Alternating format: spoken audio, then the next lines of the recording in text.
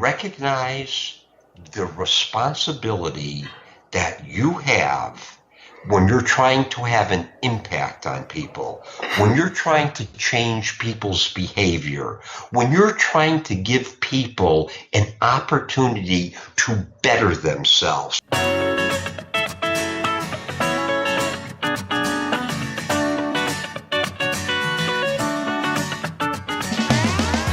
That was Mark Hammerman with Selling That Works.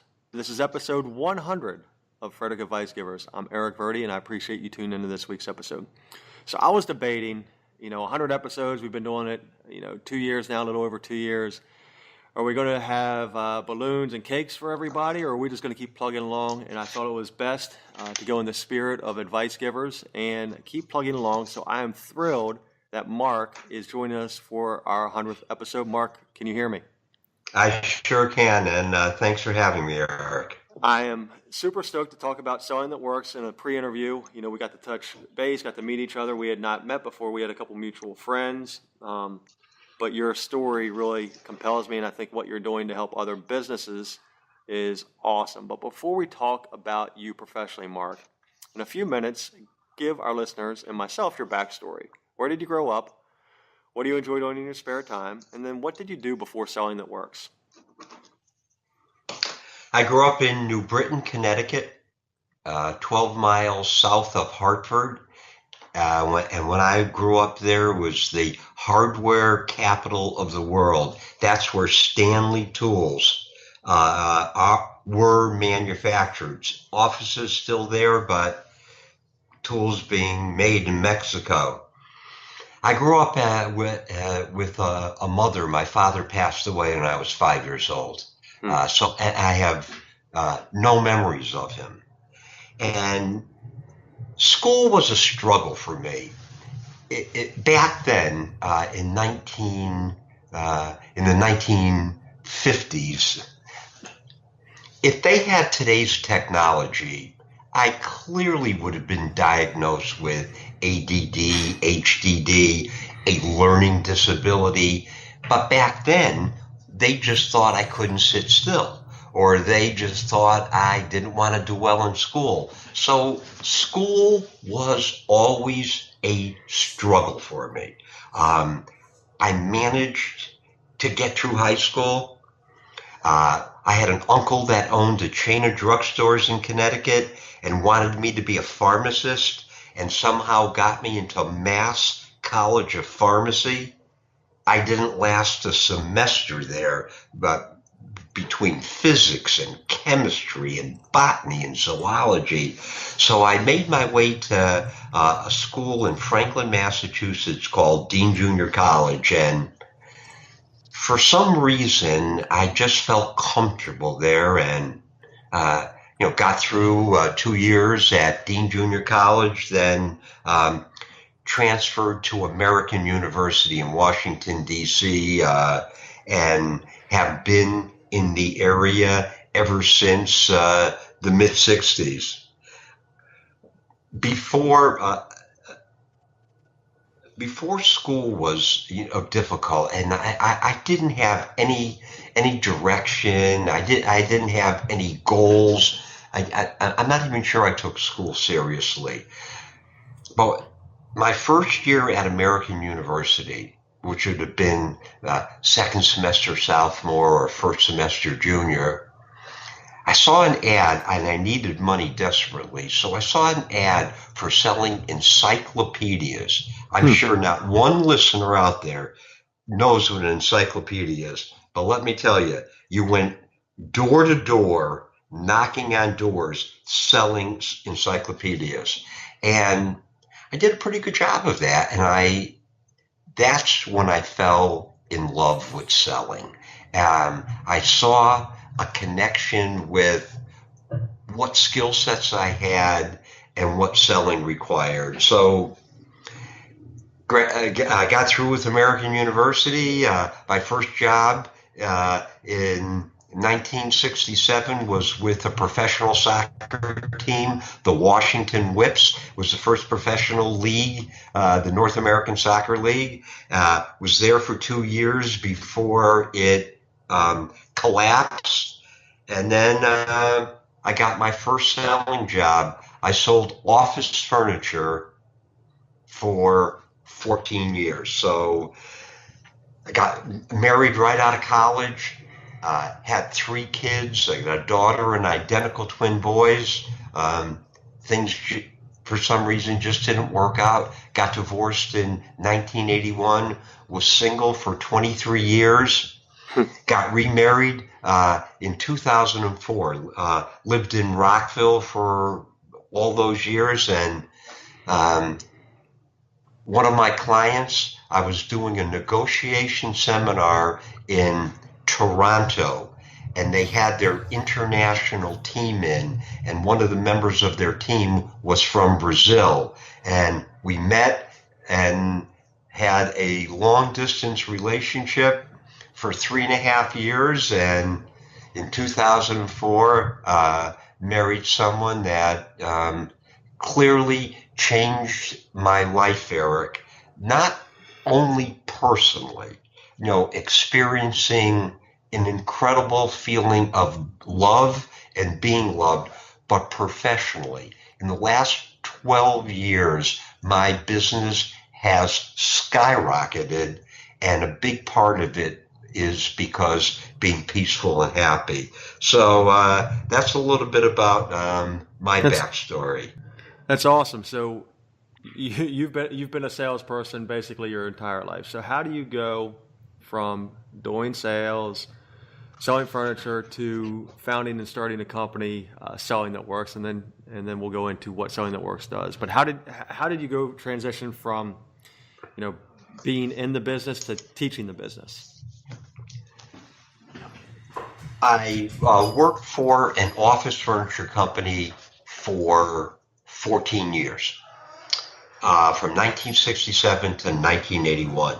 Started with them and, was doing pretty well. And just after I got divorced, I got fired from my job. New manager, some reason we didn't connect, and just like that, I got fired.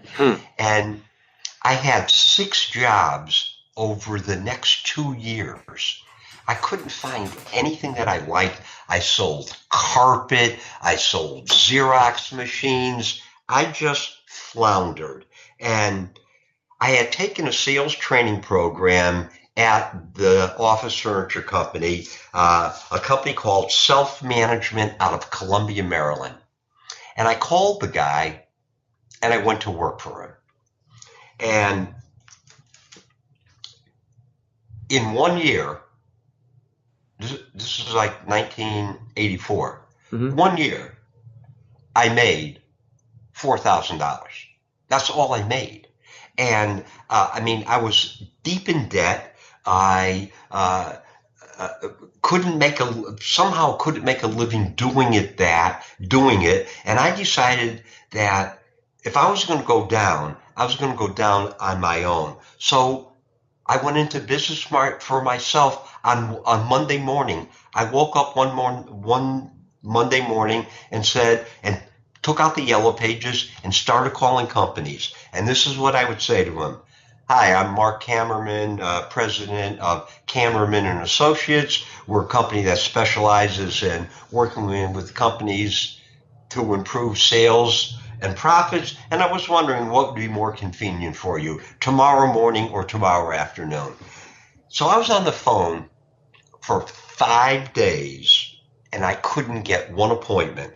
And I finally got a hold of a guy at People's Security Bank, no longer around. They were bought out, I'm sure, several times, but it was towards Landover, Maryland. And I got an appointment with him, and I didn't have any material. I just listened to what he said he wanted, and that's how I got in business in 1985. And from there, I worked with the American Management Association. Anybody that's ever taken an AMA seminar, it's their material, but they hire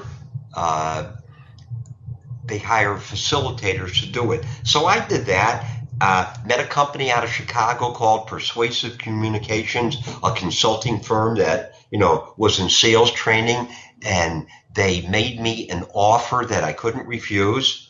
I went to work for them and worked for them for 10 years. And at the end of 10 years, I was making the company a lot more money than I was making, and I just felt it was time. So I decided that I was going to open up Selling That Works. I brought a partner along that did the marketing for us, and that's how I began the business, and just celebrated my 22nd anniversary of being an owner. That's awesome, Mark. That's awesome. So let me go to the next section. It's called Minute to Win It. I think this will tie in your story very well. So what's been your biggest challenge while running your own company? Owning your own company, certainly has its advantages. The only challenge is that it's not like you get a paycheck every week. That's guaranteed. You got to sell. But the biggest challenge in running a business is making sure that I spend the appropriate amount of time prospecting for new business. When you're a consultant, Eric, here is the challenge, is that if you have a lot of business, you're really out of business in terms of marketing yourself. So the one challenge that I've wrestled with and hopefully have done a better job of it is making sure that I leave enough time for myself to develop new business, to network, to have my marketing company contact you and have this wonderful opportunity on a podcast. So the biggest challenge is managing time effectively. Yep. I think that's a problem that a lot of people, business owners, but specifically ones that generate revenue off of sales have, is that they spend too much time.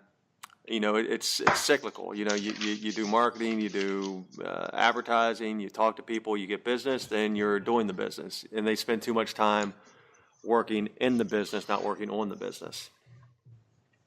So pretend we're in a time machine, Mark, and go back to right before you started your company. Knowing what you know now, what is one piece of advice that you would give your former self? Yeah, and I thought that I think this is just an excellent question, Eric. And as I think about the question, I'm going to answer this honestly because this was a challenge for me initially. When you're standing up in front of a group of people, whether it's 25 or 50, I've spoken to as many as 2,000 people.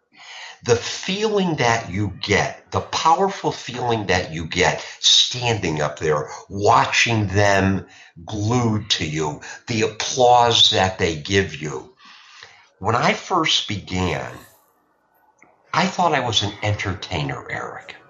I thought that making people feel good and giving them some good information, but the applause and the feeling of being almost like a celebrity, the advice that I would have given Mark Cammerman in 1985 was recognize the responsibility that you have when you're trying to have an impact on people, when you're trying to change people's behavior, when you're trying to give people an opportunity to better themselves. It took me a while, Eric, to recognize that responsibility. And since I've recognized it, and a big part of it was getting remarried 12 years ago to Anna, when she made me recognize the impact that I had on her. That when she took the training program, that I gave when we met and how it impacted her life both personally and professionally. It was like someone hitting me over the head saying, this is what you do and you better take it seriously. Yes, I think that's profound that, yeah, the more people you can impact, the bigger, larger impact you can have in the community and in the world. All right, so Mark, I want to dig a little bit deeper on this next question. I want you to take our listeners on a mental journey with you.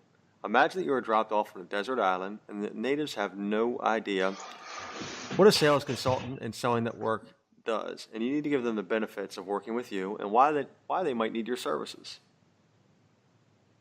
Yeah, an interesting way of putting the question because I get dropped on islands frequently. They're called companies, and they don't know what a sales consultant does because they believe they've got a vice president of sales, they've got sales managers.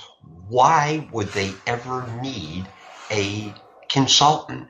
So if I was dropped on a corporation's island and they asked me, what is it do you do?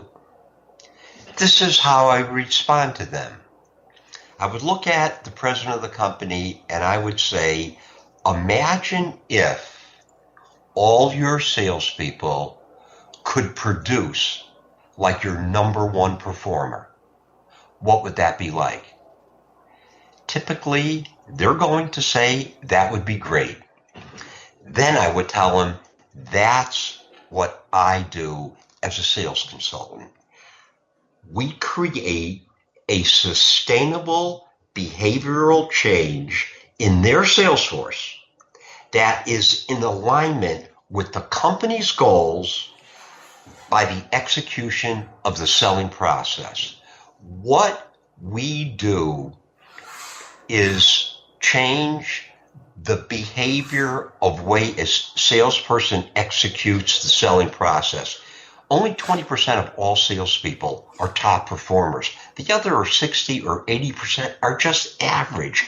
And what separates the high performers is they have a high need for achievement, they're self-motivated, they hate losing, they're goal-oriented, they're self-managed. None of those characteristics are trainable, but what they do is they execute the selling process flawlessly. When you take a look at today's technology, our interview, this podcast, Eric, you're conducting on Skype. IT is different. Companies manufacturing at ISO 9000, lean manufacturing. The only thing that hasn't changed is the selling process. It is the same for whatever product or service it is. And what we have been able to do is focus on the following. We ask every client the same question. Do you have competitors that have products similar to you or services? The answer is always yes. Do you have competitors that can provide levels of support and technical support and service similar to yours? The answer is yes. Then we ask them, do they have competitors that will sell it for cheaper than them? Yes. How do you differentiate yourself in that market? You differentiate yourself by having a better sales force than your competitors. And the things that we focus on are three areas that will separate the average salesperson, that will separate a salesperson from their competitor's sales force. And these are the three things that we focus on. We focus on, how do you become a better listener? How do you listen to understand versus listening to respond? 2, how do you make people comfortable with you and want to connect with you? And 3, how do you ask good business questions? the art of diagnostic questioning. So if we were on a corporate island and they've never seen a sales consultant before, when I leave, I certainly would want them to believe there is a possibility to get average performers to perform at levels that will help that company meet their sales budgets. I love it. Yeah, and I think when businesses and Salesforce can make an emotional connection with their potential client, and that's exactly what you're talking about. You're just saying it better than I am. I think that's how you gain business and gain clientele. All right, so one last question, Mark, before we wrap. Think of an internet resource or an app like Google Calendar or Voxer that you could not do without. What is it? Well, Google certainly is important for me for research. Looking up companies' information. Another tool for me that is necessary is LinkedIn, Mm-hmm. helping me to connect and use my network to find new opportunities. I would say those are the two that are critical for me.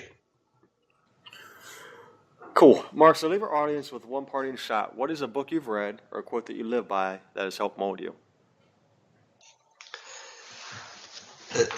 A quote that has stuck with me forever, and I think about it every morning, and that is the single most significant decision I can make on a day-to-day basis is my choice of attitude. Yeah, that's 1,000% true. That's the one thing you can control. That's yeah. If you wake up every day, you have a choice. It's every day is going to provide those speed bumps. It's how you get through those speed bumps, and your attitude and your actions is a direct correlation with how the end result is going to be, right? I think it was Lou Holtz, the football coach, that once said that life is 10% circumstances and 90% on how you react to them. And that's something I try to work on every day. And I know if I choose the right attitude, it gives me the greatest opportunity to have a good day. Exactly. All right. So I want to just touch on one final thing before we wrap this up, Mark.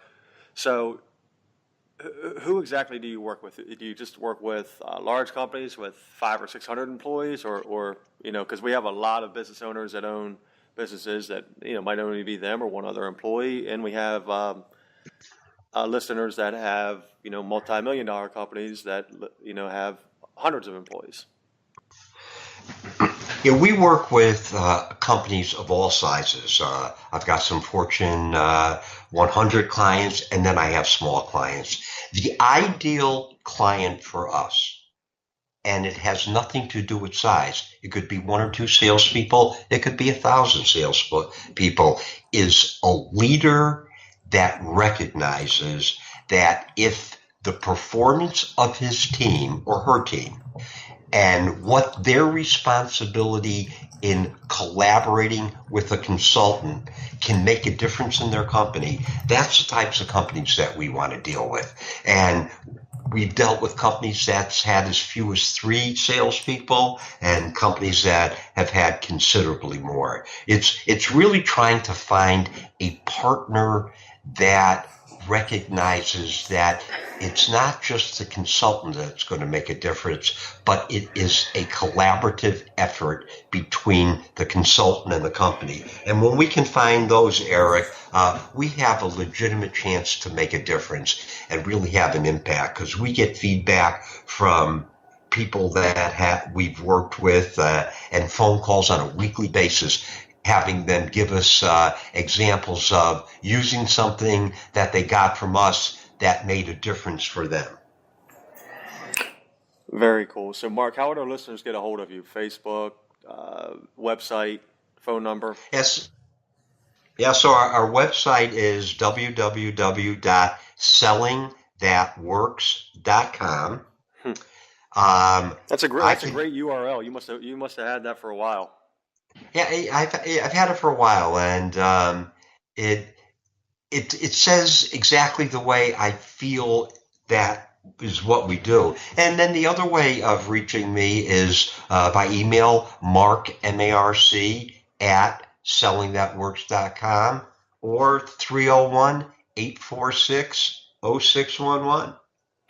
Awesome. Listeners, I hope you enjoyed episode 100 of Frederick Advice Givers with Mark Kammerman of Selling That Works as much as I did. Great guy. Love his passion, love his stories. We will see you next week with 101, and we are out.